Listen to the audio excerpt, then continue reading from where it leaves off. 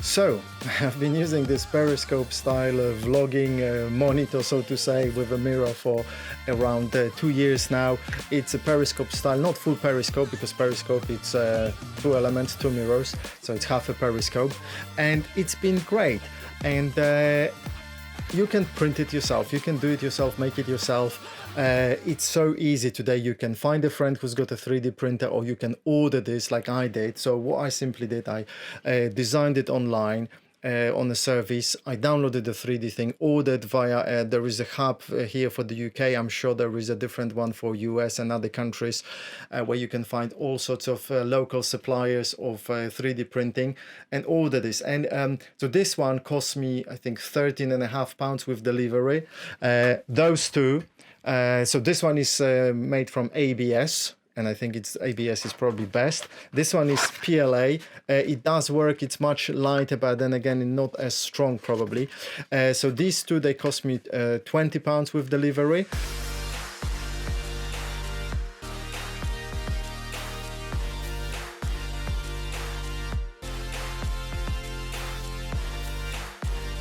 And so you can do it yourself. By the way, I'll put the link to my latest design, which is corrected design, below the video. I'm gonna ask you just for a few bucks for it, so I hope you can understand it, just to support me. In exchange for that, I'll also give you extra information about the materials used, density, etc., etc., other links, and also direct link to my project, so you can retweak it yourself. Yeah, so let's discuss the whole thing. I mean, it's great. It's really quite strong. So I can, for example, attach even, you know, zoom H5 to it, and it will hold quite well. Yeah, so just this is just a quick job. So just to show you, you see, it's holding well, and I really feel like it's quite stable, you know, it's not gonna collapse on me. So it works really great, and I want to tell you what's good about it, what's not good about it. Now, obviously, you know, a monitor, a separate monitor is probably best thing, but the monitor, you need to charge it. It's expensive, someone might steal it, you might be afraid of it. This one is much cheaper, and also, I don't know, lighter, smaller, maybe not smaller, it's bulkier, but then you can easily add those accessories. You can print it the size you want, so you can make it bigger, smaller, it's up to you. I've chosen to attach a much longer mirror, so that mirror provides extra shade as well from the lights that might be falling from various directions, to protect the screen beneath. So you can use it with any camera that's got a hot mount shoe and a monitor that tilts up, and maybe some other designs as well, so you can figure it out by yourself. So this one is 5mm thick here, and 3mm here, but I think it needs to be 4 or 5 as well. So in my latest design, I made it 5mm everywhere, all around. Now this is an open design, so the mirror gets on top of it, whereas the other two, they are closed designs. So this is closed, yeah, and I need to install mirror underneath. So my first design, this was actually made of cardboard, was this one. It was a prototype with a small mirror in here.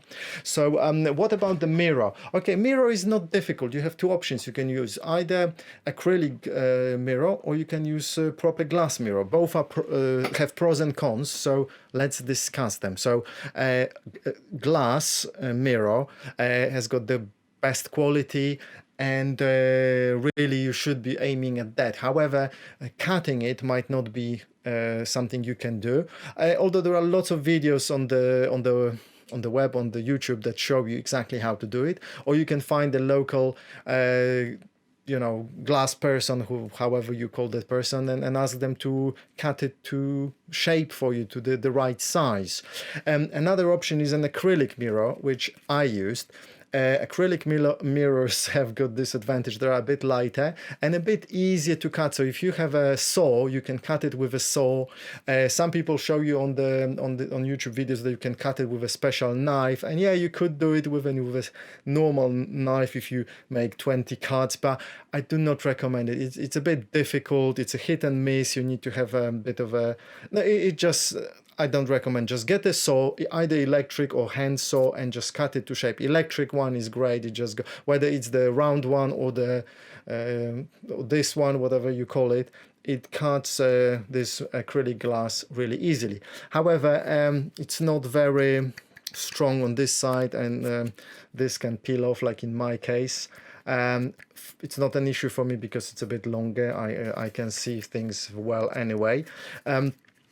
The other disadvantage of an acrylic glass that this part here, it scratches easily. So if I do this against my t-shirt, that's it. It's gonna be really heavily scratched. I hope you can see it, you know, all those multiple scratches, you know. So I mean, you can still see the reflection well. It's not a big issue, but it's annoying, you know. So if you want to wash it, you need to take some delicate cloth or underwater, you know. And but you know, it's quite easy to cut, and you can have many of those, and it doesn't break so easily, or if it does break, it won't break into so many pieces like glass might. So it's a good choice, yeah.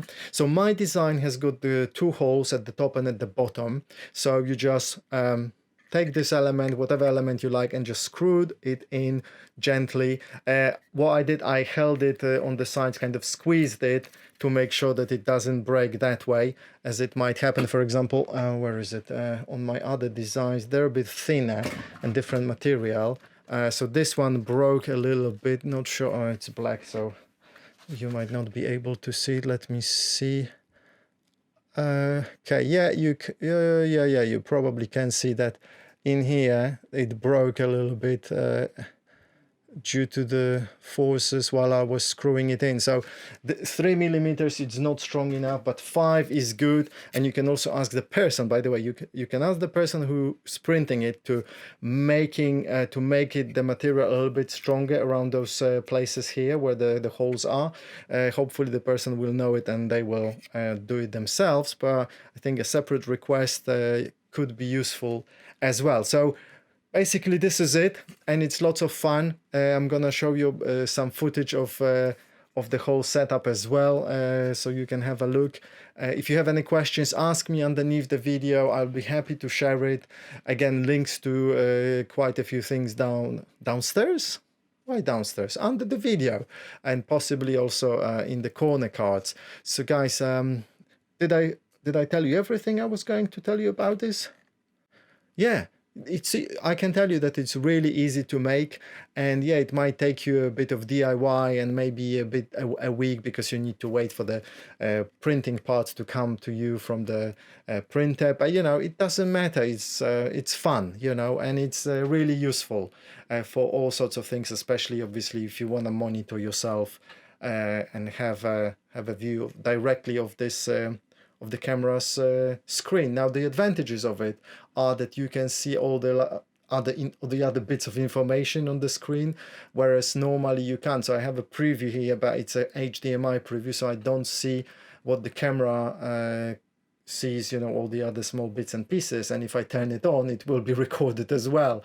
So that's no good, and this is perfect for it. You know, I put it on top of my camera, the microphone goes on top of this, and it's great. So guys, yeah, thanks for watching. I hope you found it useful. Of course, subscribe to the channel, and see you in the next video. By the way, I have more channels, so check the links as well wherever they are.